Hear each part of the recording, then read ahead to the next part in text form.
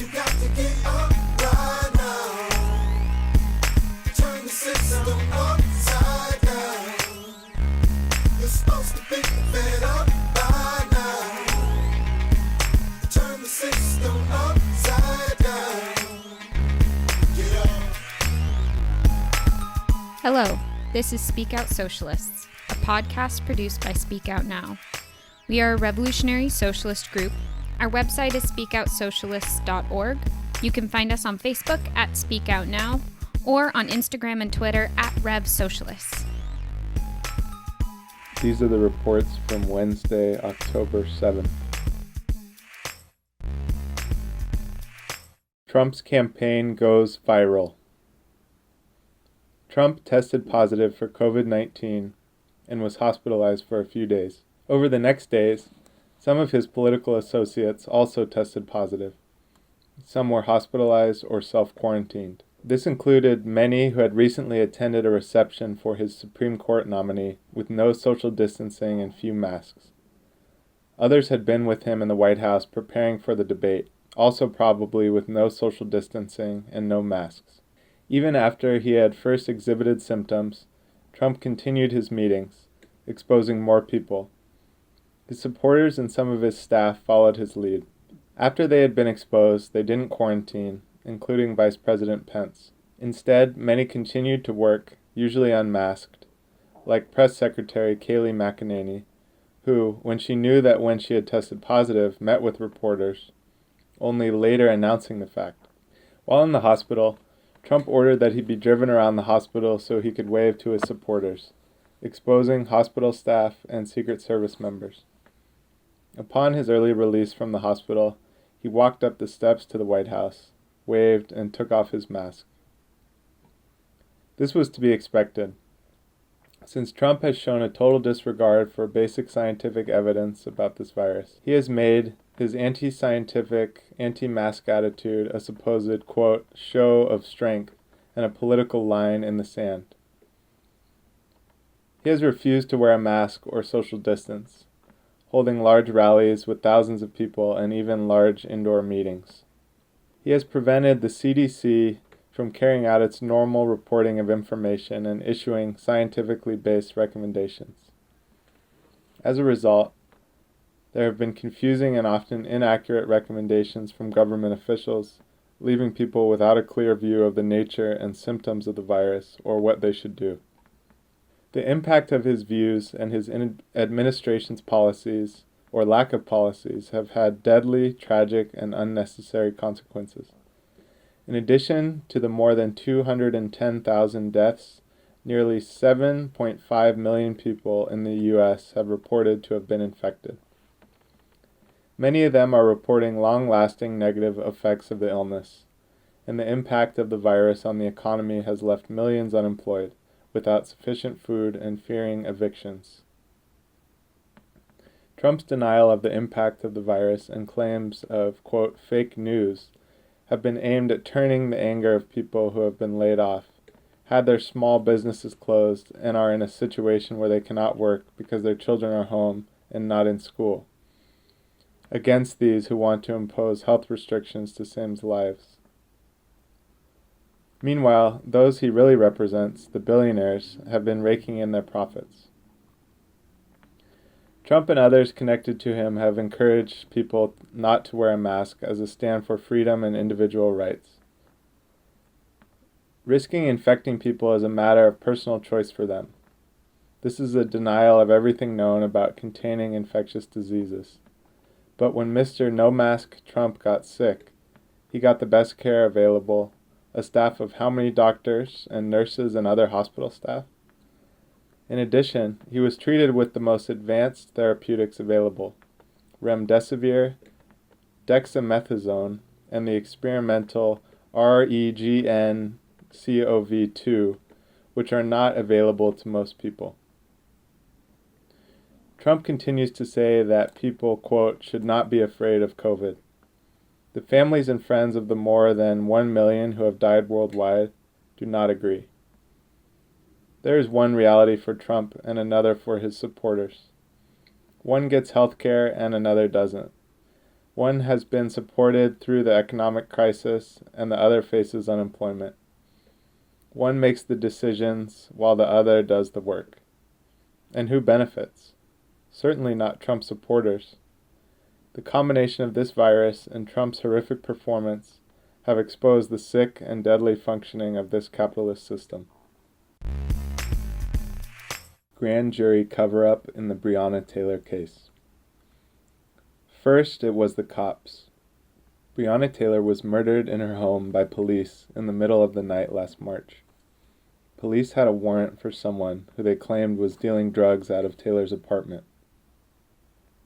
Taylor's boyfriend called 911 to report that someone was trying to break into the apartment and fired a warning shot at the door, which wounded a policeman. Police fired over 30 rounds, 6 of them killing Taylor. The shot cop was treated on the scene and rushed to the hospital. Taylor, bleeding on the floor, received no medical attention for 20 minutes, by which time she was dead. Police found no drugs or other contraband. Taylor's boyfriend had a permit for his gun. At the time cops broke into her apartment, another squad of police had already arrested the drug suspect at another location. City officials immediately began a cover-up of what actually happened. 5 months later, it was the Attorney General. With protests making clear the issue wasn't going to go away, Kentucky's Attorney General, Daniel Cameron, convened a grand jury to investigate, hoping that would take the pressure off. The grand jury's decision not to charge any of the cops with murder or even manslaughter had the opposite effect, especially after one of the jurors went public with what actually happened during the grand jury proceedings. The juror said that Attorney General Cameron refused to allow the jury to hear testimony from a dozen of Breonna Taylor's neighbors, saying that the police never announced themselves before starting to break down the door. The prosecutors also failed to inform the jury that the one witness who testified he heard the police announce themselves had said the opposite when he was first interviewed. Nor did the jury know that a Kentucky State Police investigation cast doubt on the reliability of this witness. The Kentucky State Police Laboratory was unable to confirm that the bullet wounding the Louisville officer actually came from inside the apartment. The judge who issued the no-knock warrant later told the press that she believed the officer had lied about the evidence used to justify the warrant.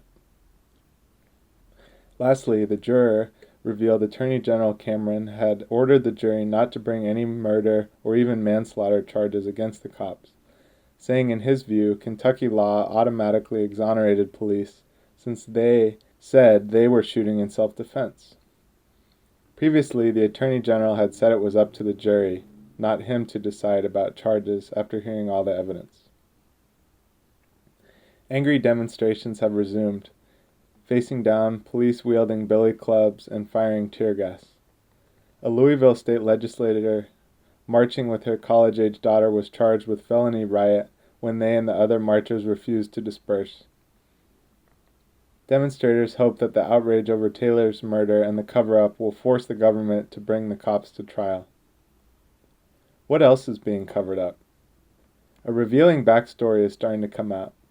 Louisville police have been targeting selected poor black neighborhoods for intense drug sweeps and other kinds of concentrated policing in an effort to open them up for slum clearance and eventual redevelopment. It may turn out that Breonna Taylor was collateral damage in the very profitable process of Louisville's gentrification. Forced sterilization of immigrant women. Recently, a nurse who formerly worked at an immigration customs enforcement detention center in Osceola, Georgia, alleged that hysterectomies were being performed on women without their proper consent. Hysterectomies are medical procedures that remove all or part of the uterus, effectively sterilizing women. The nurse at the Irwin County Detention Center described how many of the women thought that they were getting another procedure done and did not understand that they were getting hysterectomies. She described one gynecologist in particular who would sterilize every single woman that he saw. Sadly, this story of forced sterilization is not new to U.S. society. There is a long history of unwanted sterilizations being carried out against women, particularly immigrants, black people, native people, the poor, the incarcerated, and others seen as, quote, undesirables by people in power. The whistleblower also spoke out against the overall medical neglect, lack of care, terribly unsanitary conditions, and unsafe work practices in these facilities, especially in light of COVID-19. To make matters worse, the Trump administration has recently boasted about conducting a, quote, immigration enforcement blitz, particularly in sanctuary cities. ICE raids are expected to be ramped up across the country. For the Trump administration, this is a political maneuver leading up to the election. For millions of immigrants and their families, it represents terror. We must stand together against all of the attacks on immigrants. Virtual Learning Part 2, The Parents. Remote learning is tough on students. In the context of a world in which parents are trying to hold on to jobs to make ends meet, it may even be tougher on parents. Unless a family is wealthy enough to afford safe daycare or tutoring, or is able to provide their own pod-style learning experience, this situation can be brutal. And it's taking a toll on parent mental and physical health. All parents are hurting, but most particularly working-class parents, and most especially working women. For essential workers who must leave the home to go to work, the options are dismal. Either they can't afford care, or they can't get a spot on limited rosters of care that are subsidized, or in some communities, even free. But free means nothing if the spots are gone, and these spots are usually gone before you can say boo. Andrew Norrie of Rochester said, quote, "It was like trying to buy tickets to a Prince concert," end quote. With a daughter in Rochester's public elementary schools, this fall he wasn't able to get a spot for her in the essential worker child care program. And although some states and workplaces have offered subsidies, they often aren't big enough to make child care affordable. Some parents simply leave younger children at home, hoping that everything will be okay, while feeling guilty and worried. And while it would seem better to stay home with the kids, this has its own problems. If staying home requires job loss or paid leave, it means a loss of income. If parents are working from home while trying to oversee their children's education, this also causes suffering.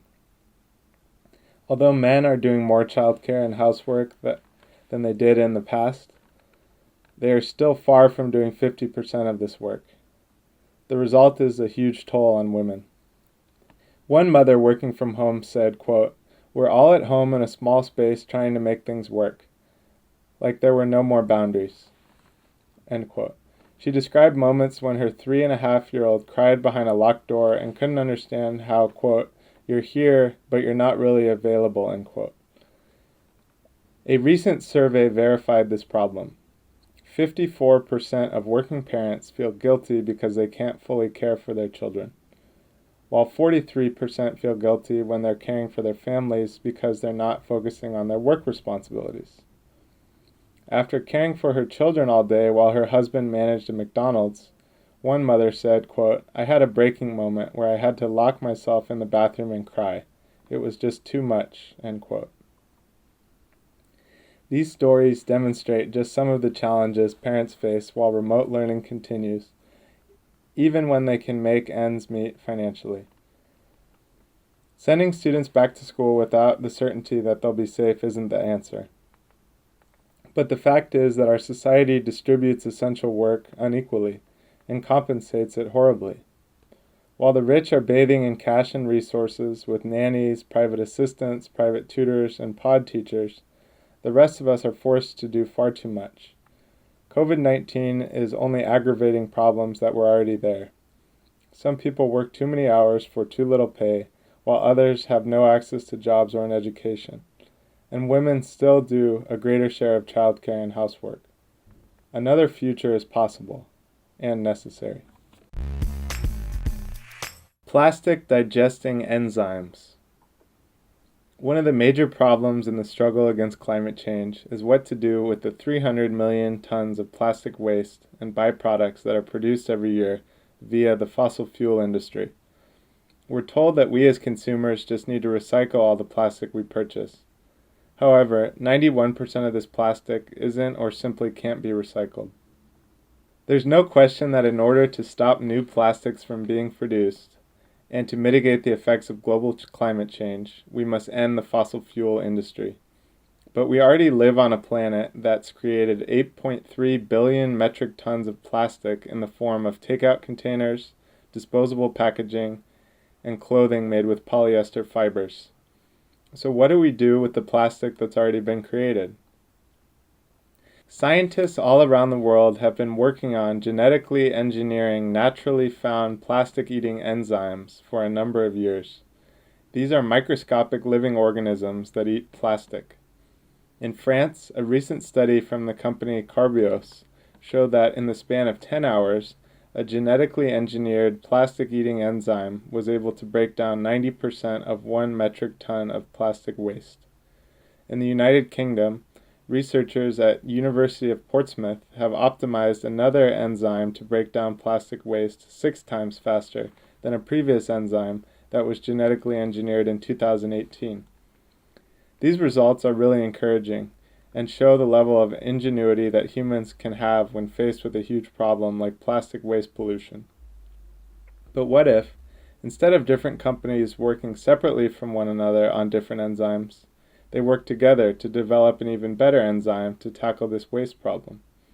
Without the considerations of profit-making and intellectual property rights, plastic-eating enzymes like these could be utilized all over the world. Until the fossil fuel industry is successfully dismantled, innovations such as these could help us bridge the gap between a world ruled by profit and a world of our own making, a world that focuses on the health and well-being of the entire planet and all who live on it. Trump refuses to denounce white supremacists in the debate. The Proud Boys, a violent far-right group, has been celebrating a remark made by Donald Trump at the first presidential debate. When asked if he condemned, quote, white supremacists and militia groups, end quote, Trump repeatedly sidestepped the question, eventually stating, quote, Proud Boys, stand back and stand by. Somebody's got to do something about Antifa and the left, end quote. Trump redirected the question to talk about left-wing violence, even though research shows the alt-right is the one with a track record of murder. This should not come as a surprise. In 2017, after a protester was killed at a white nationalist rally organized by the Proud Boys, among others, Trump claimed there were, quote, very fine people on both sides, end quote. In 2019, he tweeted that 4 congresswomen of color should, quote, go back and help fix the totally broken and crime-infested places from which they came, end quote. After Jacob Blake was shot 7 times in the back in Kenosha, Trump didn't even mention the shooting when visiting there. Instead, he condemned the protests that erupted against this police violence. The Crusader, a newspaper affiliated with the KKK, has even endorsed Trump. All this to say, Trump has a history of white supremacist and racist attitudes and behavior. This debate is just the latest episode. He has repeatedly legitimized hate groups like the Proud Boys, whether implicitly or otherwise. And this institutional support is further encouraging and motivating the attitudes of these groups. After the debate, the far right celebrated on social media, and the Proud Boys unveiled a new logo featuring the phrase, quote, stand back and stand by. Who's to say that these extremist groups will do next, and what they'll be allowed to get away with? It's clear the only way we can counter this growing right is by organizing against racism and all such forms of hate. The Supreme Court, judicial servants of the ruling class. Following the death of Supreme Court Justice Ruth Bader Ginsburg on September 26th, Trump's nomination of a hard right-winger to fill the empty Supreme Court seat has become a political issue in the upcoming election. Trump has already appointed 2 justices to shift the Supreme Court further to the right.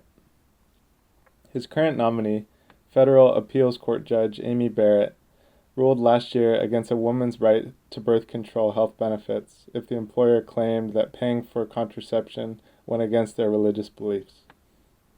Judge Barrett has also written that she doubts the constitutionality of the Affordable Care Act, Obamacare. Trump praised her views when nominating her, but most important to Trump is his hope that a strong right-wing Supreme Court will give him cover in his efforts to suppress the vote of the large portion of the population that hates him and all his despicable policies he stands for.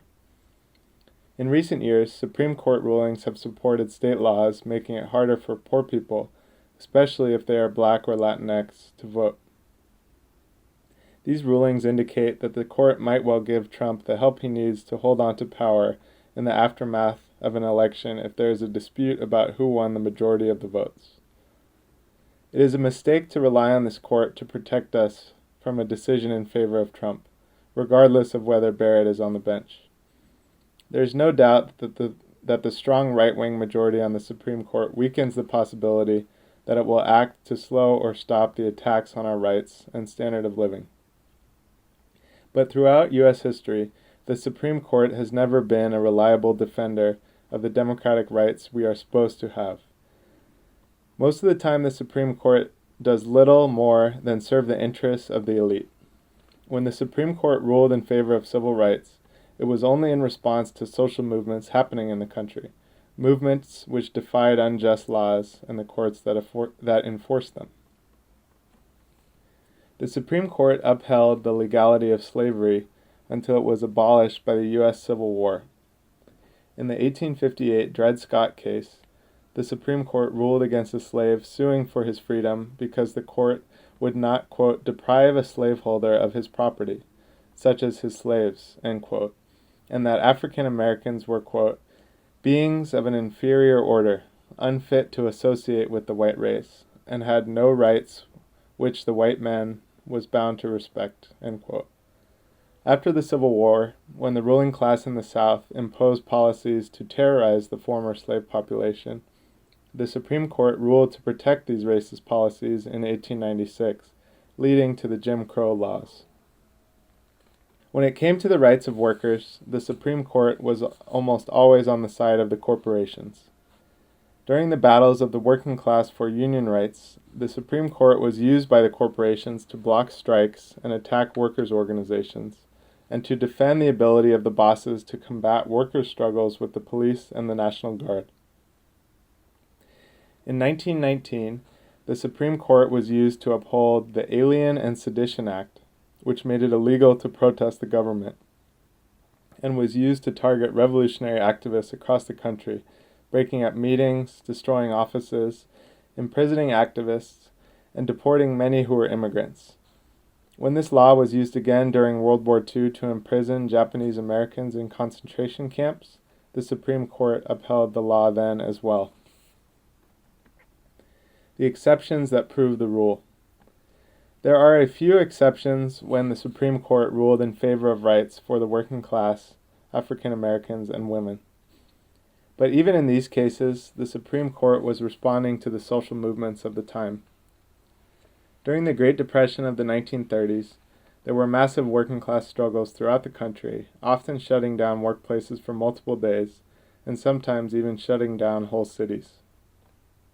Workers took on the police, the National Guard, and even the army in their struggles. In response to these struggles, the Roosevelt administration passed a series of laws known as the New Deal in order to give concessions to workers in an effort to curb their fights. These included legal protection when organizing a union, unemployment compensation, Social Security, and others. Even though the Supreme Court did strike down many parts of the New Deal, they calculated that it was too risky to strike all of them down. Similarly, in 1954, the Supreme Court ended legalized racial segregation in public schools in the case of Brown versus Board of Education. This decision was not made simply because the Supreme Court changed its mind. The Supreme Court made this decision only when a movement began to form when over 1 million African American soldiers returned from World War II. But afterwards, the Supreme Court did nothing to enforce its decision in the South. It took the continued struggle of millions of African Americans themselves, all over the South and throughout this country, to ultimately force an end to legal segregation. And in 1973, women won the right to choose to have an abortion. Before then, all abortions were illegal except in rare medical emergencies.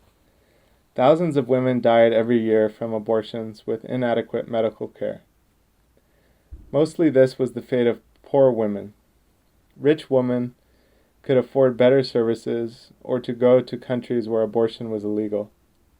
It wasn't until the late 1960s that a movement for women's rights grew all over the country, many of whom were veterans of the civil rights movement. Demonstrations and campaigns spread across the U.S., and by 1973, 64% of Americans were convinced that abortion should be legal. The Supreme Court decided in the case of Roe v. Wade that abortion was a woman's right up until the last 3 months of pregnancy.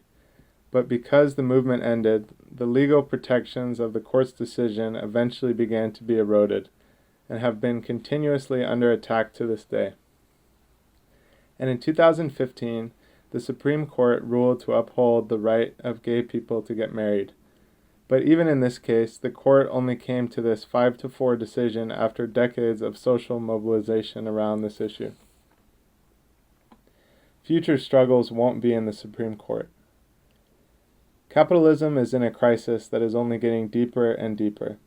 The judicial system, including the Supreme Court, will enforce laws like debt collection and eviction orders that help the bosses make us pay for their crisis their capitalist system has caused, upholding the interests of the banks and corporations over the interests of working people.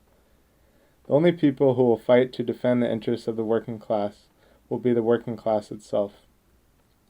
At this moment, to protect our rights, as well as to make sure the vote of the population is respected regarding the future president, we need to be prepared to come out in mass by occupying the streets or by striking. That is always how we have curtailed the power of the rich and their courts in the past, and that's how we can do it today. Anniversary of the Tlatelolco Massacre in Mexico City. On October 2, 1968, a peaceful demonstration of nearly 15,000 people took place in Mexico City. As speeches wrapped up and people prepared to march, soldiers armed with heavy artillery and tanks moved in to trap and arrest the protesters. At that moment, snipers began firing into the crowd, sparking a shootout between them and the military units who were unaware of what was happening.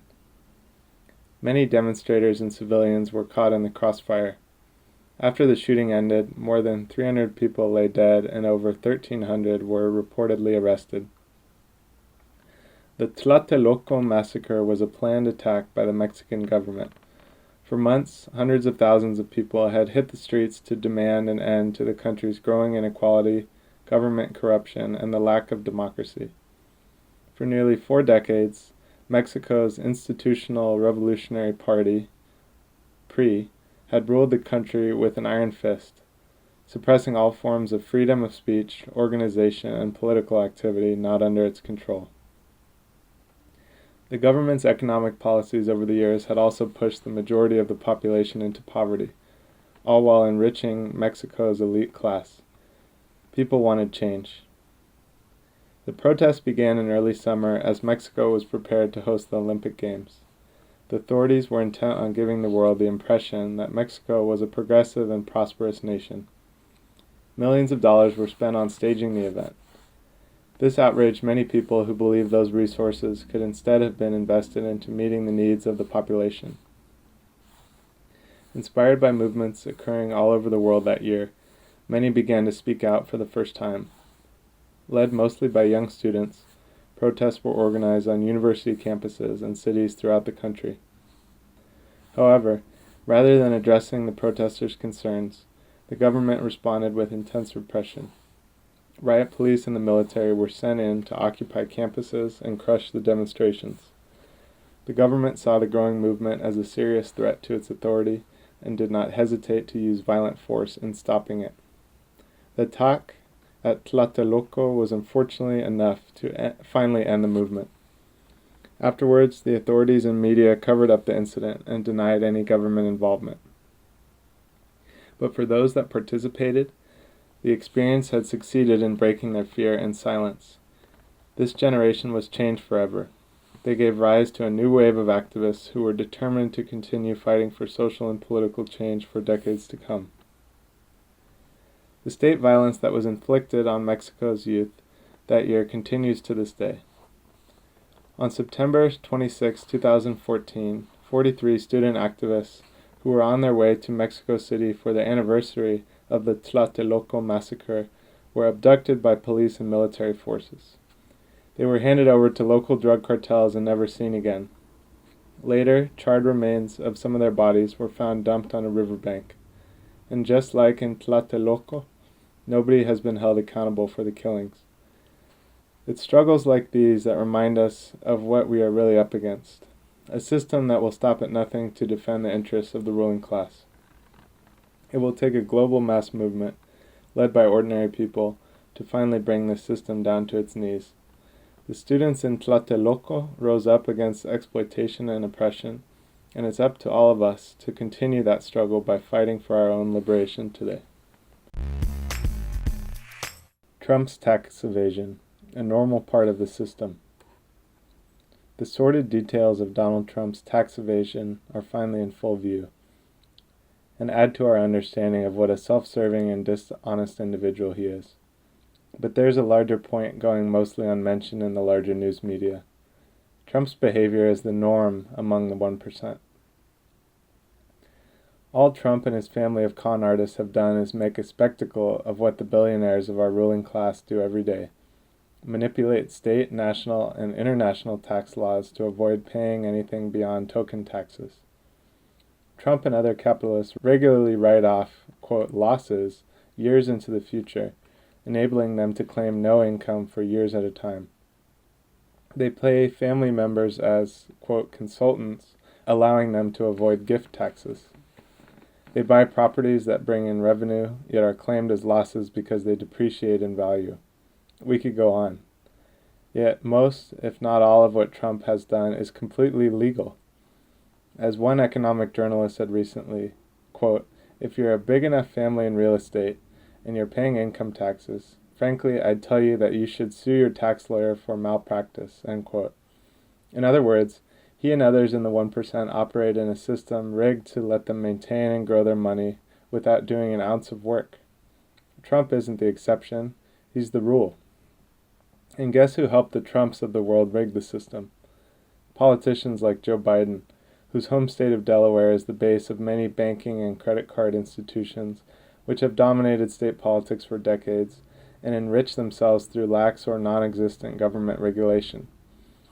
Don't expect him to change the system when he is tightly connected to those same interests. Trump's tax behavior is certainly reprehensible. What's even more reprehensible is the system that makes creatures like the Trump family possible.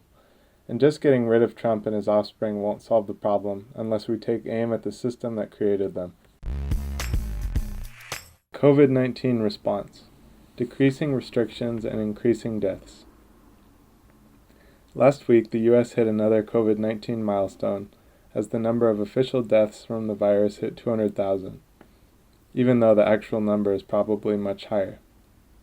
This is the most deaths of any country in the world so far. To put things in perspective, 200,000 deaths is like having a 9/11 World Trade Center attack every single day since July 4th. And most health experts are warning that the number of deaths could still double by the end of the year. But dying from this virus is not the only risk. Many people who survive show signs of poor health even months later, including heart problems, breathing problems, lingering mental confusion, and severe fatigue. Yet now, after 8 months of a known outbreak in the U.S., millions of infections, hundreds of thousands of hospitalizations and deaths, with no end in sight, there is still no nationwide response to limit the spread of the virus. In workplaces and stores across the country, protective masks are still not always enforced or even available. Most states and counties only impose minimal restrictions on businesses and schools reopening. As soon as the number of positive cases go down slightly, Workplaces reopen, social gatherings resume, restrictions are lifted, and in only a few weeks, case numbers climb back up again. In Florida, once schools reopen, 1 month later, the number of positive cases of children under 18 increased 26%. Now that the NFL season has restarted with practically no restrictions, teams are already having to suspend activity due to outbreaks. Similar to most other states, Governor Newsom in California laid out detailed guidelines for what businesses and services could reopen based on the number of daily cases in a particular county. There are 4 ratings: widespread, substantial, moderate, and minimal. They are determined by the number of daily new positive cases per 100,000 people. As the rating goes down to less severe, so do all the restrictions. But of course, as the restrictions decrease, soon the cases just go back up again. All this does is guarantee that the virus will continue to spread throughout the state and the country. Health experts are warning that as California counties reduce restrictions, we can expect cases and hospitalizations to almost double in about a month. In reality, the politicians and so-called leaders of this country, Democrats and Republicans, have given up on containing the spread of this virus. They are fully prepared to accept 400,000 or more deaths. In other words, they have no problem committing mass murder. The logic behind these incredibly weak restrictions is guided not by what is safe for workers and our families, but what is so-called, quote, good for the economy, for corporations and their profits. In fact, our lives have never mattered under their system, and this pandemic is making that even clearer each day. The California wildfires, mismanagement, and climate change. As of September 28th, red flag warnings remain in place over much of Northern California due to gusty winds and dry heat.